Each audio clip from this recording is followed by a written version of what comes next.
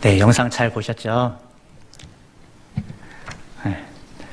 저는 올라오기 전에 혹시라도 제가 울면 안 될까봐 한 3번 정도를 봤는데, 볼 때마다 울고 또 방금도 울었네요. 예. 이 영상 준비하면서 저도 특별히 부모님이 많이 생각이 났습니다.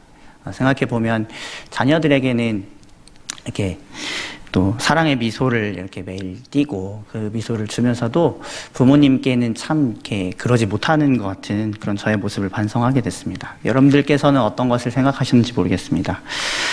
동서양을 막론하고 내리사랑은 쉬운데 그 효도가 참 어려운 것 같습니다. 그래서인지 많은 시와 소설, 노래 등에서 자신의 불효를 고백하는 내용이 많죠. 부모님이 살아계실 때 잘하지 못했던 것을 탓하고 후회합니다. 자녀들이 부모님께 잘해야 된다는 걸 알면서도 잘 실천하지 못한다는 것이겠죠. 그러기에 이 효도라는 것이 늘 강조해도 부족하지 않은 것 같습니다. 그런데 이러한 효도와 비견되는 가치가 하나 있습니다. 그것이 오늘 설교 주제에서 잠깐 함께 다룬 공경이라는 단어입니다. 공경이라는 말의 사전적인 정의는 공손히 받들어 모시다라는 뜻입니다.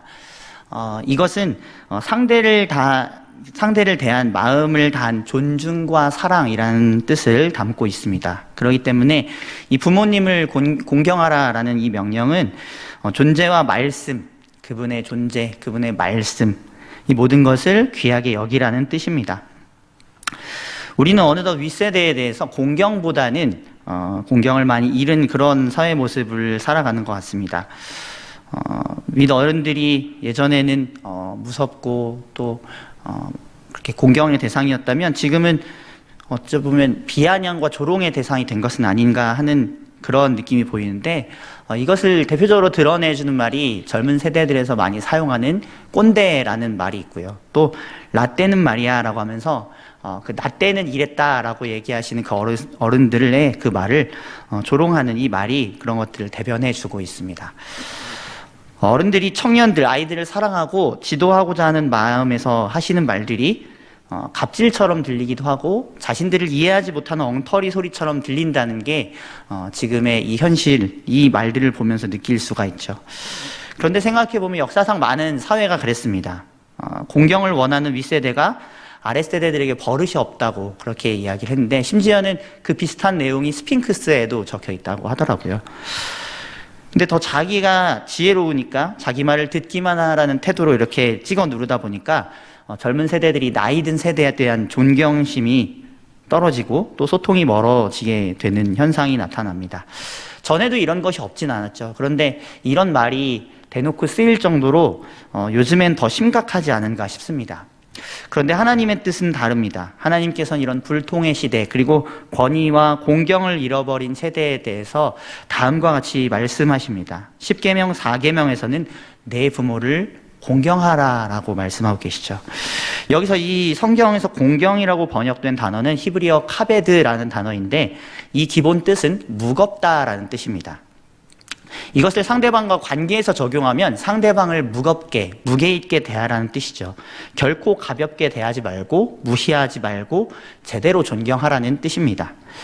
이 단어는 하나님께 대해서 쓰일 때는 하나님을 경외한다, 하나님께 영광 돌린다라는 말로 사용되는데요. 그렇기 때문에 우리가 정리해보면 이 4계명이 말하는 것은 하나님을 경외하듯이 부모를 공경하라, 부모를 존중하라라는 명령임을 알 수가 있습니다. 이러한 공경에 대해서 종교개혁자 마틴 루터는 부모를 하나님의 대리자로 이해해야 된다라고 말하였습니다. 부모에 의해서 자녀의 육신이 태어나고 또 하나님의 생명을 부모님으로부터 받기 때문입니다.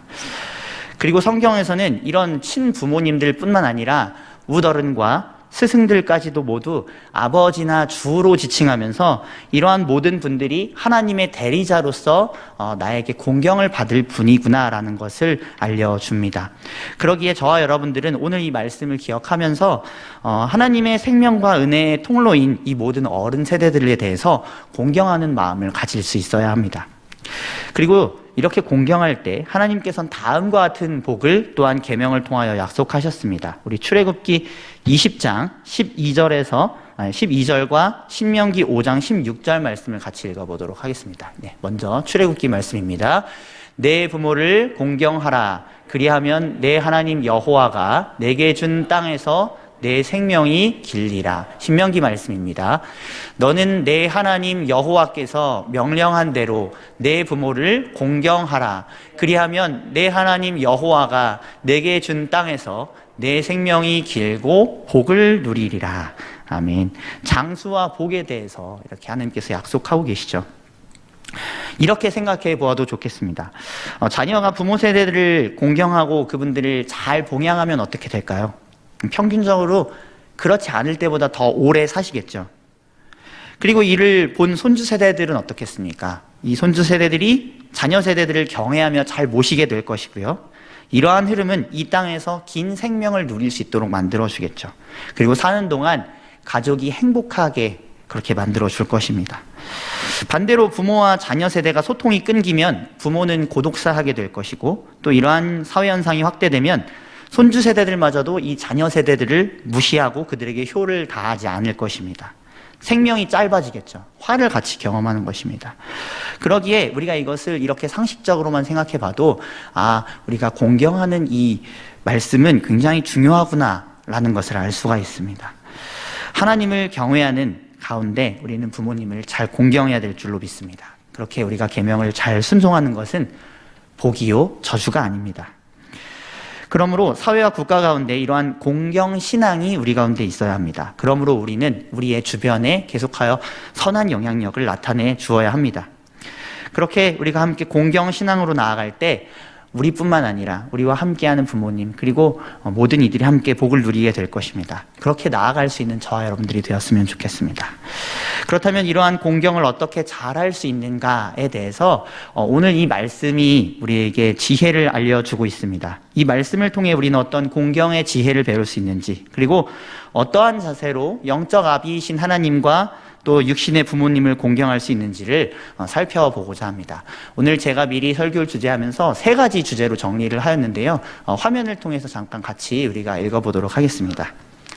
네, 화면 보여주시면 첫 번째, 부모 공경을 위한 교훈. 첫 번째는요, 하나님의 말씀을 따라서 부모의 권위에 순종함으로 일평생 공경해야 합니다. 네, 이것이 첫 번째 주제입니다. 두 번째를 넘겨주시면 감사하겠습니다. 부모 공경이 지혜인 줄 알고 그것을 묵상하며 실천해야 합니다. 네, 첫 번째가 부모님의 권위에 순종하고 공경하는 것이라면 이제 이것을 묵상하고 실천하는 것이 우리에게 필요하다는 것입니다. 마지막 세 번째, 부모님과 화평하고 기쁜 관계가 되도록 지혜를 구하며 기도해야 합니다. 우리가 묵상하고 실천할지라도 환경이 많이 다를 수 있죠. 부모님이 우리에게 거칠게 대하실 때 우리도 부모 공경을 잊어버리고 등을 돌려버릴 수도 있지 않습니까? 그런데 이런 부모님과도 화평한 관계가 되도록 우리가 지혜를 구하기 위해서 하나님께 기도해야 된다는 것입니다. 이러한 내용을 오늘 본문을 통해서 같이 살펴보고자 합니다. 이렇게 지혜자를 통해 들려주시는 하나님의 공경에 대한 지혜를 묵상하면서 우리가 함께 공경의 신앙으로 나아갔으면 좋겠습니다. 자, 먼저 첫 번째 주제입니다. 하나님의 말씀을 따라서 부모의 권위에 순종함으로 일평생 공경해야 한다는 것입니다. 그러니까 말씀을 따라서 먼저 부모님의 권위를 존중하고 일평생 부모님을 존중해야 된다는, 공경해야 된다는 것입니다. 우리 22절 말씀을 같이 읽어보도록 하겠습니다. 22절 말씀 함께 읽겠습니다. 너를 낳은 아비에게 청종하고 내 늙은 어미를 경히 여기지 말지니라. 아멘. 하나님께서는 오늘 이 지혜자를 통하여서 하나님의 부모님에 대한 명령이 청종하는 것이라 말씀하시고 또 경히 여기지 않는 것이라고 말씀하십니다. 여기서 청종이라는 단어는 주목하여 듣는다라는 뜻을 가지고 있습니다. 한 귀로 듣고 한 귀로 흘려보내는 것이 아니라 그 의미를 살펴서 듣고 그 뜻을 헤아리라는 것입니다.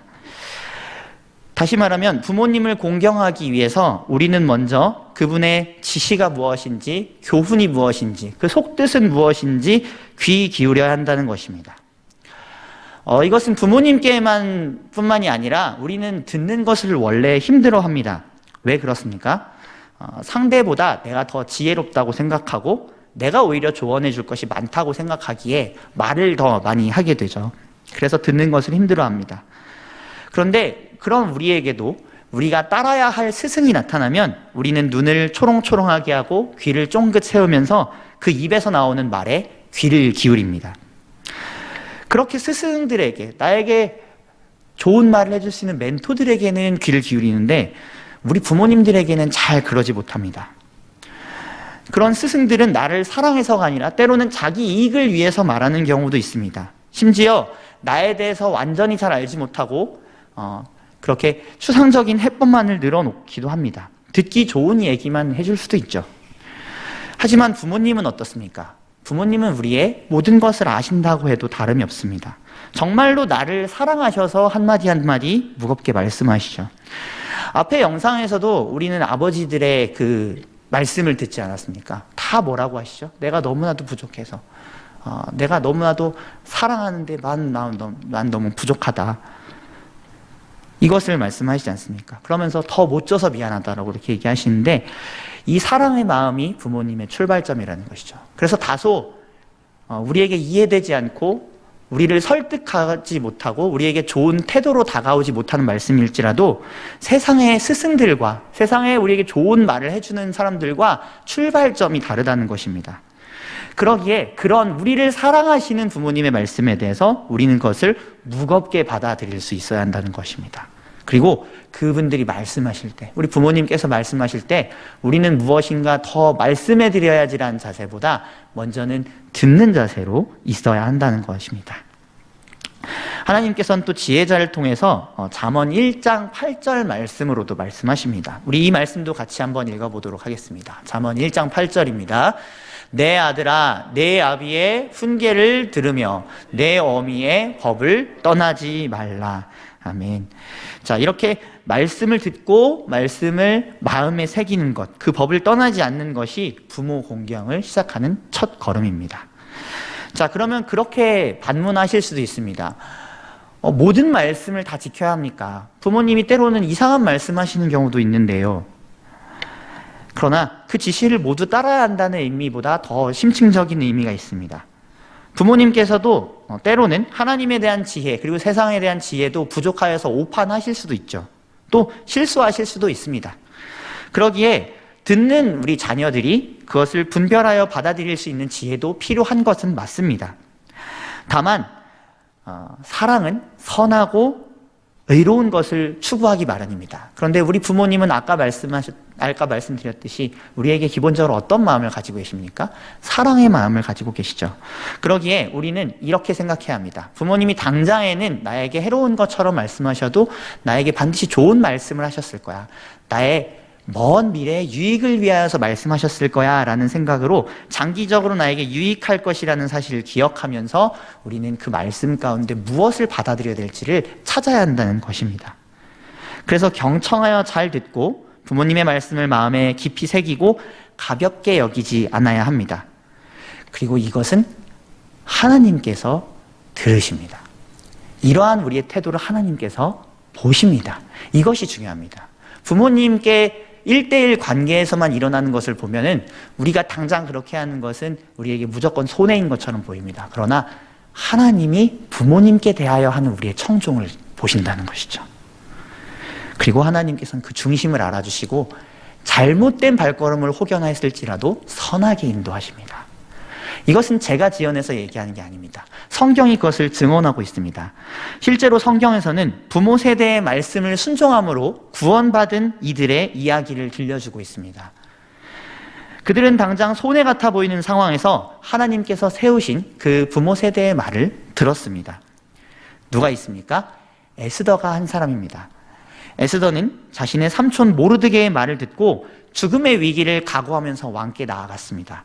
그 결과 그녀가 죽임을 당하기는커녕 자신의 민족 유대인들을 죽음에서 건지는 구원자의 역할을 감당할 수 있었죠. 또 다른 사람이 있습니다. 바로 룻입니다. 룻은 시어머니의 조언에 따라서 보아스의 밭으로 가서 일했을 뿐 아니라 대범하고 희한한 방법으로 보아스에게 청혼까지 하게 됩니다. 그런데 이것을 다 지금 자세히 나눌 수는 없지만 제가 간단히 살펴보니까 당시의 문화로 봤을 땐 이 행동이 굉장히 위험한 행동이고 굉장히 나쁜 평판을 얻게 될 행동이었다고 합니다. 그런데 하나님께서는 그런 연약한 지혜의 말을 했던 그 나오미의 그 말을 순종한 룻을 보셨습니다. 그 룻의 청종하고 순종하는 모습을 보셨습니다. 그래서 하나님께서는 순종하는 룻을 보살펴 주셨습니다. 결국은 보아스와 결혼하게 하시고 그 당시 10년 넘게 불임이었던 룻이 보아스와 결혼함으로 인해서 자녀를 갖게 되었습니다. 그리고 그 자녀를 통해서 누가 나왔냐면 바로 다윗이 나왔습니다. 즉 룻은 다윗의 증조 어머니가 된 것이죠. 그리고 그 다윗은 어땠습니까? 왕위에 오르고 그 왕위에 오름과 동시에 그가 메시아의 또 조상이 되지 않았습니까? 그런 위대한 일을 하는 이 다윗의 계보가 보아스로부터 나왔다는 사실을 룻을 통해서 나왔다는 사실을 우리는 보게 됩니다. 그런데 룻만이 아닙니다. 이 룻의 청종하고 순종하는 것을 통해서 나오미까지 같이 복을 받게 되죠. 그 슬픔으로 있었던 그 나오미는 룻을 통하여서 기쁨으로 회복됩니다. 그리고 봉양을 받게 되죠. 원래는 아무런 소망이 없었습니다. 남편도 죽고 자녀들도 죽었습니다. 그런데 이 며느리가 이 100아들보다도 나은 며느리죠, 진짜. 이 며느리를 통해서 봉양까지 받게 된 놀라운 은혜를 얻습니다. 이렇게 사람의 지혜로는 다 알 수 없지만 그러나 하나님께서는 연약한 가운데 말한 그 부모 세대의 말 가운데서도 순종하는 이 자녀들, 이 사람들을 복 주시고 그들의 길을 인도하셨다는 것입니다. 부모를 공경하는 룻을 통해서 하나님께서는 모두가 즐겁고 기쁘게 하셨다는 것이죠. 이처럼 하나님께서는 부모의 말을 듣고 순종하는 자들에게 하나님의 일하심을 보이십니다. 하나님의 말씀을 듣고 순종하는 자가 어떠한 인도하심을 받게 되는지를 알려주시죠. 이러한 과정을 통해 하나님께서는 부모의 권위에 대해서 존중하고 복종하게 하십니다.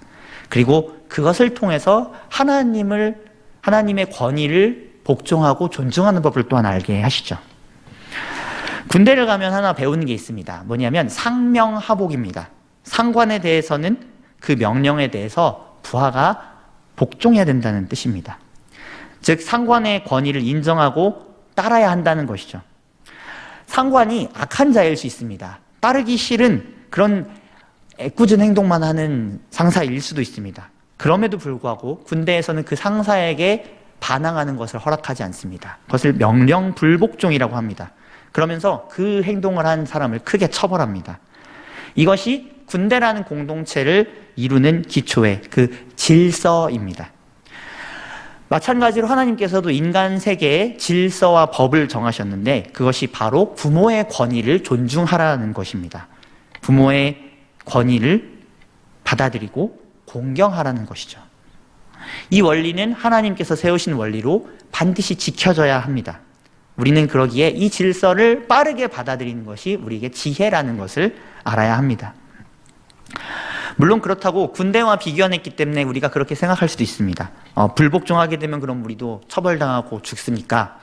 네, 물론 그럴 수 있습니다. 그러나 그 이상으로 우리는 생각할 수 있습니다. 무엇이냐면 하나님의 그 권위, 하나님께서 베푸신 그 부모님의 권위를 인정하는 것이 오히려 화가 아니라 복이라는 걸 생각하면서 오히려 그쪽으로 더 가야 한다는 것, 우리는 그것을 생각할 수 있습니다. 자, 그리고 이 권위를 인정하는 방식은 무엇이냐라고 한다면 부모님이 늙어도 부모님이 약해지더라도 그분의 권위를 인정하면서 존중하는 것을 말합니다. 우리가 부모님이 정정하시고 바른 판단을 하실 때는 더 존경하기가 쉽겠죠. 공경하기가 쉬울 것입니다. 그런데 병에 걸리시고 점점 기력이 쇠해지시고 지혜가 떨어지시면서 이상한 이야기를 하실 수 있고 세상에 사람들이 말하는 것과 다른 얘기를 하실 수 있고 점점 어린아이처럼 봉양과 지도가 필요한 존재로 변해가시고 나에게 불평도 쏟아놓으시고 사소한 것에도 삐지시고 괴롭게 하신다. 자, 그렇게 되면 어떻게 되겠습니까? 우리가 부모님을 공경해야 된다는 걸 알면서도 싫어함 가운데 계속해서 부모님을 어떻게든 밀어내고자 하는 마음 가운데 공경하게 되지 않겠습니까? 그런데 오늘 말씀 이 22절에서는 뭐라고 말씀하고 있죠? 내 늙은 어미를 경히 여기지 말지어다. 그러니까 공경의 시작이 처음부터 끝까지 변하지 않고 내 그 처음의 공경함을 끝까지 부모님께 가져가라는 의미입니다. 자, 그렇게 우리가 부모님을 공경하기 시작하면 어떻게 될까요? 이렇게 권위를 존중하고 듣는 훈련이 되는 사람은 어떻게 될까요? 그들은 자연스럽게 부모 세대들에게 그리고 웃어른들에게 잘하게 될 것입니다. 이 말씀을 듣는 대상이 대부분 다 어른들이시긴 한데 저는 우리의 자녀 세대들이 우리 다음 세대들이 꼭 이러한 자녀들이 되었으면 좋겠습니다. 그러면 왜 그 봉양을 받으시는 권위를 존중받으시는 여기 계신 어른들이 그것을 받기도 하겠지만 더불어서 그들에게 복이 되기 때문입니다. 그리고 사실 더 큰 복이 있습니다. 무엇이냐면 그분들을 존경하는 마음으로 인생의 선배로 생각하고 청종한다면 그분들이 어떻게 하시겠습니까? 여러분들을 존중하는 여러분들의 후배, 여러분들의 자녀들에 대해서 여러분들은 어떻게 하시겠습니까? 한마디를 하더라도, 한 행동을 하더라도 그들을 사랑하는 마음으로 나에게 있는 모든 지혜와 좋은 것들을 주려고 하지 않겠습니까?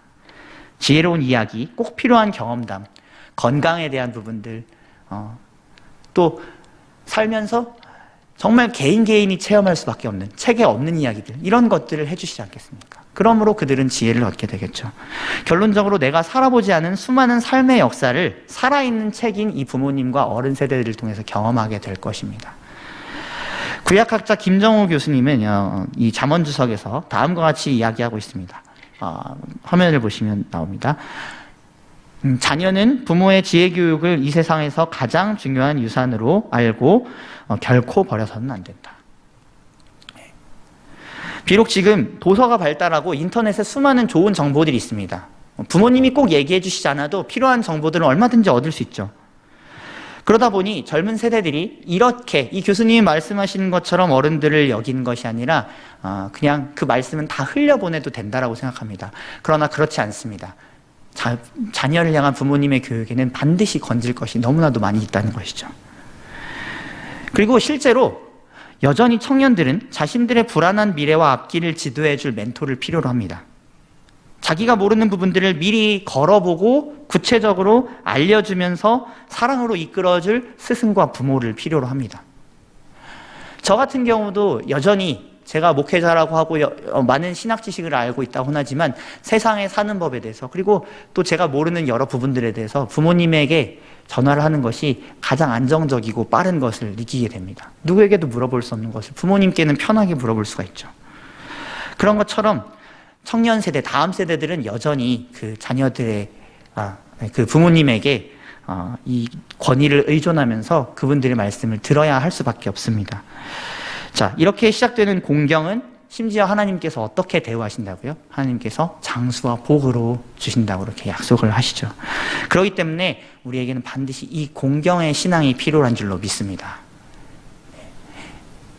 이미 벌써 대다수의 삶을 살아오시면서 공경할 어르신이 없는 경우도 있습니다. 그러나 우리에게 함께 있는 동역자들도 우리의 공경의 대상이 될 수가 있겠습니다. 어쨌든 중요한 것은 우리가 이렇게 부모의 권위에 대해서 순종하고 또 우리에게 세우신 우리의 윗 권위에 그 사람들의 말씀에 청종하고 귀를 기울일 때 하나님께서는 우리에게 복을 주시고 우리의 삶을 인도하신다는 것입니다. 오늘 이 교훈을 받아들이면서 우리에게 세우신 이들, 우리에게 세우신 부모님 혹은 우리에게 세우신 우리 또 담임 목사님 또 여러 권위자들에 대해서 또 청종하고 귀를 기울이며 나아가실 수 있는 저와 여러분들이 될 수 있기를 간절히 바랍니다. 네, 둘째로 부모 공경이 지혜인 줄 알고 그것을 묵상하며 실천해야 한다는 것입니다. 네, 23절을 같이 읽도록 하겠습니다. 23절 말씀입니다. 시작. 진리를 사되 팔지는 말며 지혜와 훈계와 명철도 그리할지니라. 아멘.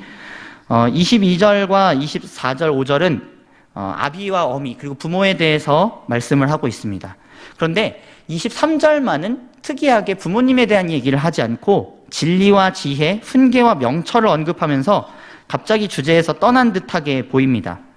그런데 그렇지 않습니다. 이 문장이 중간에 들어가 있는 이유가 있습니다. 무엇이냐면 지혜자가 이 네 가지 가치들, 진리와 지혜와 훈계와 명철이 부모 공경과 직결되어 있다는 것을 말해주기 위해서라는 것이죠.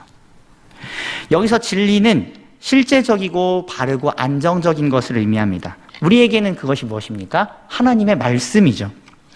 하나님께서는 참되신 분이시고 그분의 말씀은 신뢰할 만합니다.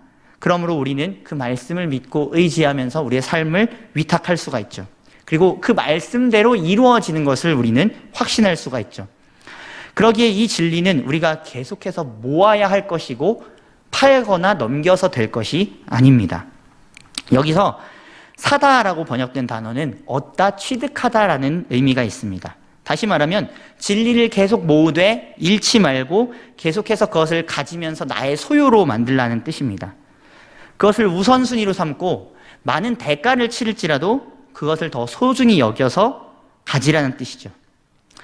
그런데 진리와 마찬가지로 다른 세 가지도 그렇게 하라고 합니다. 무엇이 있습니까? 지혜와 훈계와 명철이 있습니다.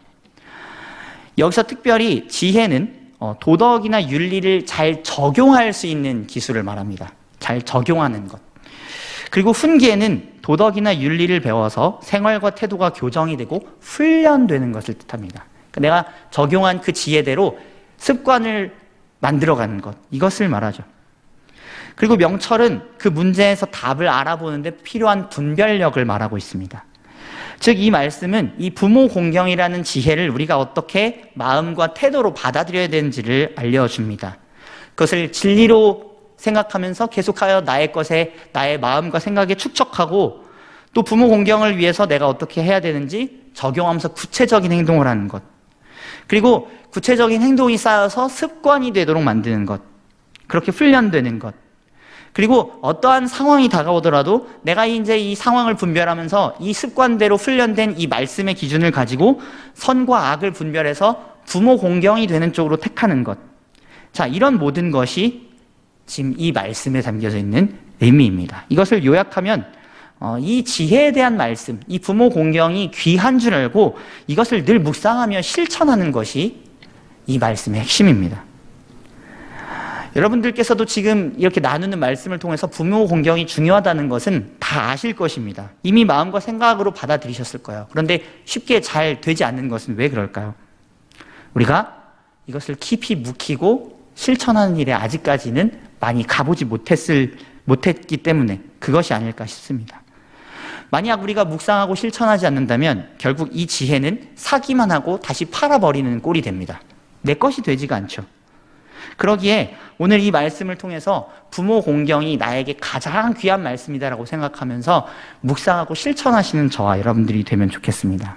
어떻게 그렇게 할 수 있을까요? 우리는 공동체의 힘을 빌릴 수가 있습니다. 서로와 이렇게 대화하는 것입니다. 어떻게 부모 공경을 더 잘할 수 있을까요? 어떻게 우리 교회 공동체가 그런 신앙의 원리를 따라 부모님을 잘 공경하고 윗세대를 잘 공경할 수 있을까요? 그렇게 나누는 것입니다. 간증도 하고 실패에 대한 사례도 나누고 기도 부탁도 하면서 우리의 주신 현장에서 신앙을 따라 부모님을 공경하는 법을 배워나가는 것이죠. 우리 교회가 그러면 좋겠습니다. 하나님께서는 진리와 더불어 지혜와 훈계로 반드시 우리에게 이렇게 하실 것입니다. 그렇게 매일의 삶의 현장에서 이 부모 공경을 묵상하고 실천하며 나아가실 수 있는 저와 여러분들이 되면 좋겠습니다. 네. 마지막입니다. 마지막 세 번째. 부모님과 화평하고 기쁜 관계가 되도록 지혜를 구하며 기도해야 한다는 것입니다. 우리가 묵상하고 실천하는 데 있어서 많은 장애물이 있죠. 아까 말씀드린 대로 부모님을 권위를 존중하고 경청하는 것이 좋겠지만 때로는 우리의 감정이 휘둘릴 때도 있습니다. 그러면 우리가 부모님과 관계가 멀어질 수도 있죠. 그러기에 우리는 무엇이 필요한가? 기도가 필요합니다. 부모님과 계속하여 좋은 관계를 맺을 수 있는 그 지혜가 있도록 기도가 필요하다는 것이죠. 네, 본문 24절, 25절 말씀을 제가 읽도록 하겠습니다. 의인의 아비는 크게 즐거울 것이요 지혜로운 자식을 낳은 자는 그로 말미암아 즐거울 것이니라. 내 부모를 즐겁게 하며 너를 낳은 어미를 기쁘게 하라. 여기서 즐거움이라는 단어가 3번 나오고 기쁨이라는 단어가 1번 나오는데 원어상으로 보면 24절의 전반부와 25절의 후반부가 환희하다, 기뻐하다라는 뜻으로 동일하고 또 24절 후반부와 25절 전반부가 기뻐하다, 즐거워하다라는 의미로 동일합니다. 즉, 이 말씀에 24절, 5절 합치면 의롭고 지혜로운 자녀가 부모에게 기쁨을 주고 환희에 차 기쁨을 외치게끔 만든다는 것이죠. 여기서 지혜로운 것은 이 의인, 직결됩니다. 지혜는 그러니까 의로운 것입니다. 우리가 이것을 생각할 수가 있습니다. 즉 지혜는 선합니다. 의롭습니다. 계속해서 우리 가운데 좋은 관계를 맺게 만듭니다. 그리고 이 지혜를 통해서 부모님과 부모 세대들은 함께 기뻐할 수가 있습니다. 자녀가 성공하고 잘 자란다는 이야기를 하는 부모님들의 표정 보신 적 있습니까? 기쁨이 흘러넘치시죠. 기뻐서 외치시죠. 우리 자녀 이렇게 내가 잘 해주지도 못했는데 착하게 잘 자랐다. 남들을 잘 섬기더라. 이렇게 말하는 것을 보지 않습니까? 그렇기 때문에 아직 살아계신 부모님들이 또 계시다면, 우리가 우리의 효를 또 드러낼 부모님들이 계시다면 우리가 그런 자녀가 되도록 하나님께 지혜를 구해야 할 것입니다. 그래서 부모님과 화평한 가운데 그런 기쁨을 나눠야 될 것입니다. 어떤 신방 중에 자녀가 성공했는데도 자기를 찾지 않고 그 기쁨을 나누지 않고 연락도 하지 않는다는 어르신의 고백을 들었었습니다. 그 말씀에는 슬픔과 씁쓸함과 안타까움이 담겨 있었습니다. 그런데도 불구하고 그 어르신은 자녀를 극진히 사랑하고 자랑하시더라고요. 그런데 그 자녀가 심지어 좋은 관계를 맺고 연락하기 시작한다면 어떻겠습니까? 그 부모님의 기쁨은 오늘 이 본문의 말씀처럼 넘쳐 흐르게 될 것입니다. 하나님께서는 우리 부모님들, 우리 부모 세대들을 그렇게 존중하기를 원하십니다. 그렇게 부모님의 말씀을 청종하고 가까이 하면서 부모님의 선한 지혜대로 우리의 삶을 살아가게 하시기를 원하십니다. 이것이 부모님께 효도하는 진정한 방법입니다. 그리고 이것은 하나님을 기쁘시게 하는 것이기도 합니다. 왜냐하면 하나님께서 그 계명을 주시지 않았습니까? 내 부모를 공경하라. 그런데 그 자녀가 부모를 공경합니다. 그러면 누가 기뻐하시겠습니까? 하나님이 제일 흐뭇해하시지 않겠습니까? 이것을 기억하면서 우리가 공경신앙이 참으로 우리에게 필요한 신앙임을 기억하며 그렇게 발걸음으로 나아갈 수 있는 저와 여러분들이 될 수 있기를 간절히 바랍니다. 그런데 우리의 힘으로 이 공경신앙을 구현하기가 참으로 어렵습니다. 우리는 말씀을 듣고 결단합니다. 그러면 이렇게 살겠다고 합니다. 그런데 우리의 죄의 본성이 그것을 가만히 두지가 않습니다. 그리고 계속해서 부모 공경이 손해인 것처럼 말하고 그 길이 나를 억압하는 것이라 말합니다. 부모님을 모시는 것이 불편한 것이라고 얘기하죠. 그러면 우리는 그것에 자꾸 말씀을 잊게 되고 또 실패하게도 됩니다. 그러기에 우리는 이 지혜를 계속해서 유지하고 증진하도록 누구를 붙잡아야 합니다. 그 누군가, 우리의 지혜가 되시고 힘과 능력이 되신 분이 바로 누구시냐면 우리 구주 예수 그리스도이십니다. 그분은 하나님 아버지를 일평생 공경하셨던 분이십니다. 우리의 참 모범이시고 의인이시고 지혜자이셨습니다. 부모님을 공경하는데 심지어 자신의 몸을 찢어서까지 하셨습니다. 아버지의 뜻을 위해 희생하셨죠. 그리고 기도와 행동으로 순종하셨습니다. 우리 마가복음 14장 36절 말씀을 읽어보도록 하겠습니다. 시작. 이르시되 아빠 아버지여 아버지께는 모든 것이 가능하오니 이 잔을 내게서 옮기시옵소서. 그러나 나의 원대로 마시옵고 아버지의 원대로 하옵소서 하시고. 이렇게 예수님께서는 하나님을 경외하셨고 하나님께서는 아들을 무엇보다 누구보다 사랑하셨습니다. 아빠라고 부르는 이 아버지의 친밀함, 이걸 누가 따라갈 수가 있겠습니까? 그런데 그 분은 어떻게 하셨죠? 그 아버지께 철저히 순종하시면서 자신을 버리셨습니다. 자기 뜻을 버리셨습니다. 하나님 아버지의 뜻을 위해서 죽음에 이르기까지 하나님을 공경하셨죠. 그 십자가의 은혜로 저와 여러분들이 하나님의 자녀가 되었습니다. 자녀로 입양되었습니다. 그리고 그 자녀로 살 수 있는 힘을 그 예수님께서 지속적으로 우리에게 주시기 원하십니다. 이 말씀, 이 부모 공경의 말씀을 지킬 수 있도록 부모 공경의 최고봉을 보여주신 예수님께서 우리를 도와주신다는 것이죠. 돕기에 옆에 계신다는 것입니다. 그러기에 고린도전서 1장 30절은 우리에게 예수님이 어떤 분이신지를 말씀해 줍니다. 우리 이 말씀도 같이 읽어보도록 하겠습니다. 시작. 너희는 하나님으로부터 나서 그리스도 예수 안에 있고 예수는 하나님으로부터 나와서 우리에게 지혜와 의로움과 거룩함과 구원함이 되셨으니 아멘. 이렇게 우리를 사랑하시는 주님께서 우리의 지혜이시라는 것을 꼭 기억하시기 바랍니다. 우리가 하나님 아버지와 육신의 부모님 그분들과 의로운 관계를 맺게, 화평한 관계를 맺게 누가 도와주십니까? 우리 주 예수님께서, 지혜가 되신 우리 주 예수님께서 도와주십니다. 그리고 우리를 정결하게 하시고 영육의 아버지와 계속해서 죄 없는 기쁜 관계를 갖게 해주시는 것, 누가 해주십니까? 우리 주 예수님께서 제사장으로서 해주십니다. 또 불순종에서 건져서 우리를 공경신앙으로 인도해 주시는 분도 누구십니까? 우리 주 예수님이십니다. 그래서 우리의 필요한 모든 부모 공경의 신앙의 능력을 우리 주 예수님께서 이미 가지고 계시고 주시기를 원하십니다. 이러한 좋으신 구주가 우리 옆에 계십니다. 그분을 붙잡고 동행함으로 우리는 그 예수님이 실천하셨던 부모 공경을 우리도 배워나가며 연단을 받고 또 적용할 수가 있습니다. 말씀을 맺겠습니다. 오늘 이 말씀을 통해서 공경신앙이 무엇인지에 대해서 우리가 함께 나누었습니다. 이렇게 나아가실 수 있는, 이것을 귀하게 붙잡으실 수 있는 저와 여러분들이 될 수 있기를 바랍니다. 그 길은 때로 힘들고 어려울 것입니다. 세상과 사탄은 끊임없이 부모님을 공경하고 윗세대를 공경하는 것이 너에게 도움이 되지 않는다고 속삭일 것입니다. 그러나 그 길을 떠나 오히려 부모님을 공경하는 것은 하나님께서 약속하신 복이 있습니다. 복된 길입니다. 그것을 우리의 힘으로 얻을 수 없습니다. 그러나 우리 구주 예수님께서 이미 얻으셨고 그것을 믿고 의지하는 우리들에게 그러한 은혜를 주십니다. 그리고 그러한 우리가 예수님이 공경하셨던 것처럼 그렇게 하나님을 공경하고 부모님을 공경하도록 자라나게 하십니다. 우리는 그 은혜를 힘입었기에 오늘도 순종할 용기를 얻을 수 있습니다. 그리스도 안에서 얻을 수 있습니다. 그래서 우리 주 예수님의 손을 붙잡고 부모님을 공경하는 것을 귀하게 여기며 청종하고 그분들 어떻게 더 잘 모실 수 있는지 묵상하고 실천하면서 그분들께 화평한 관계로 나아가기 위해서 기도로 나아가는 저와 여러분들 될 수 있기를 주님의 이름으로 축원을 드립니다.